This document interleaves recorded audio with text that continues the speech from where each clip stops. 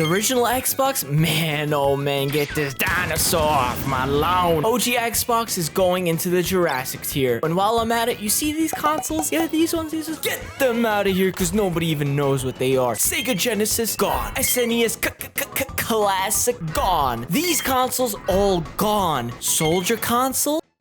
GOAT tier. Next up, we got the greatest gaming device in the whole wide world, everybody. We got the iPhone. I know what you're thinking. Oh, this is not a console. Shh. Hush, hush, shh.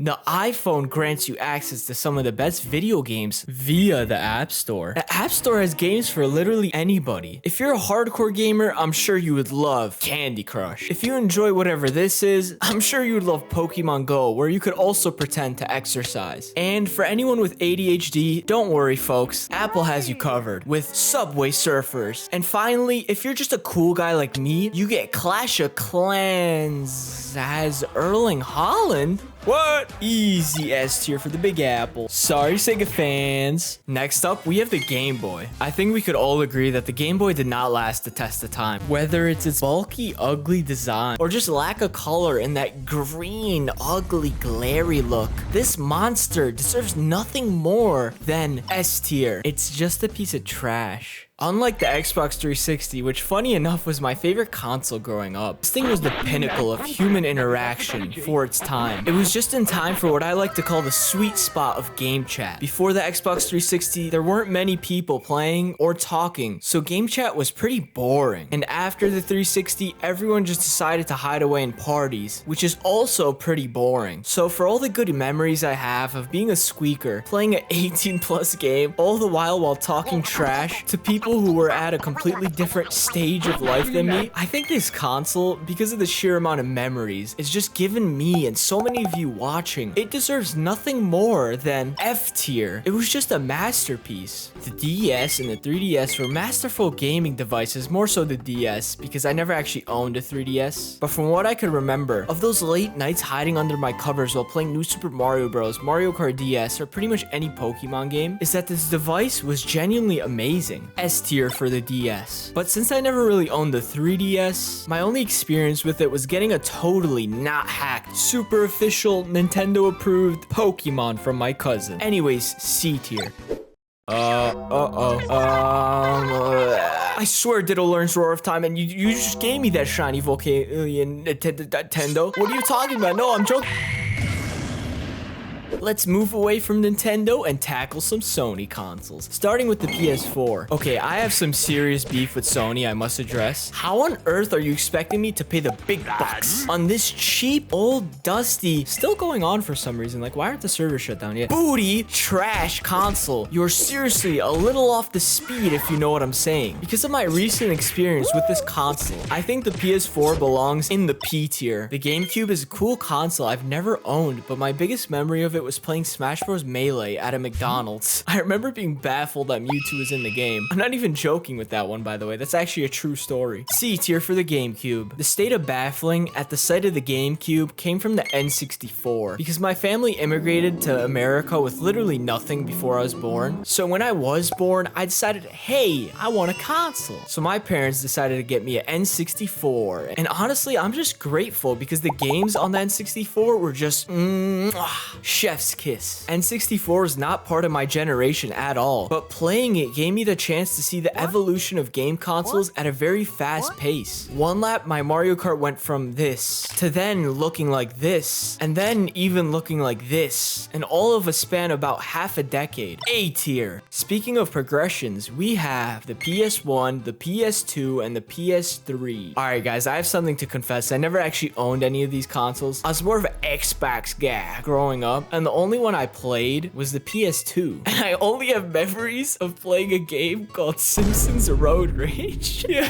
I'm not qualified for this, but you know what? This is my list. F tier for the PS1 and the PS3, and A tier for the PS2 for peak gameplay. The next console I included was the Virtual Boy, and oh my god, what is this absolute garbage? Toss it in the trash right where it belongs. Oh no, you don't. Uno reverse, see ya, bye-bye. Despite me not really thinking of the MetaQuest 2 as a console, it is still being recognized as one currently by Wikipedia, so I'm gonna include it in this list. As for the gaming experience, it seems to be a pretty immersive one, which is expected for a VR headset. But as far as gaming goes, I mean, I give it a tier for the MetaQuest 2. It does have motion controls though, but unlike the next console, the Wii, it didn't really start this trend. The Wii is such a staple console. Let's just start with the colors, because I remember as a kid, if you had any other color than the regular white Wii, you were like the coolest person, especially if you had the red or the black. And if you played the Wii, you definitely remember games like New Super Mario Bros. Wii. And if you played New Super Mario Bros. Wii, then you definitely know about this level. This is the level where friendships would break, all because of somebody choosing to be a menace to society. I have literal PTSD from falling off this level so many times because of my squad throwing each other off and bubbling all the time that I F tier. But then it was so fun, S tier, but it was so F and S tier for the Wii. Xbox One. It was so bad that there was never even an Xbox 2. Billy Man Gates put an end to this real quick. So you know where I'm gonna place the Xbox One? In the end dimension. The Wii U is such a slept-on console. Seriously, it amazes me how fun this console really was. Sure, it may have been just an ever so slightly better version of the original Wii, with a gamepad included. And not to mention, you did not have to pay for online, which is always a big bonus, considering it cost you nothing, Sony! Okay, aside from that, the family aspect of it was great, as games such as Nintendo Land had amazing, engaging minigames. To name the two my family loved the most, the Mario Chase game and the one Luigi's Mansion game were some of the most fun mini games I've ever played. It was also backwards compatible with Wii games, so I'm also gonna give this console a S tier. It was genuinely so good. Huh? Oh no, it can't be! Amiibo! Ugh, the cringe!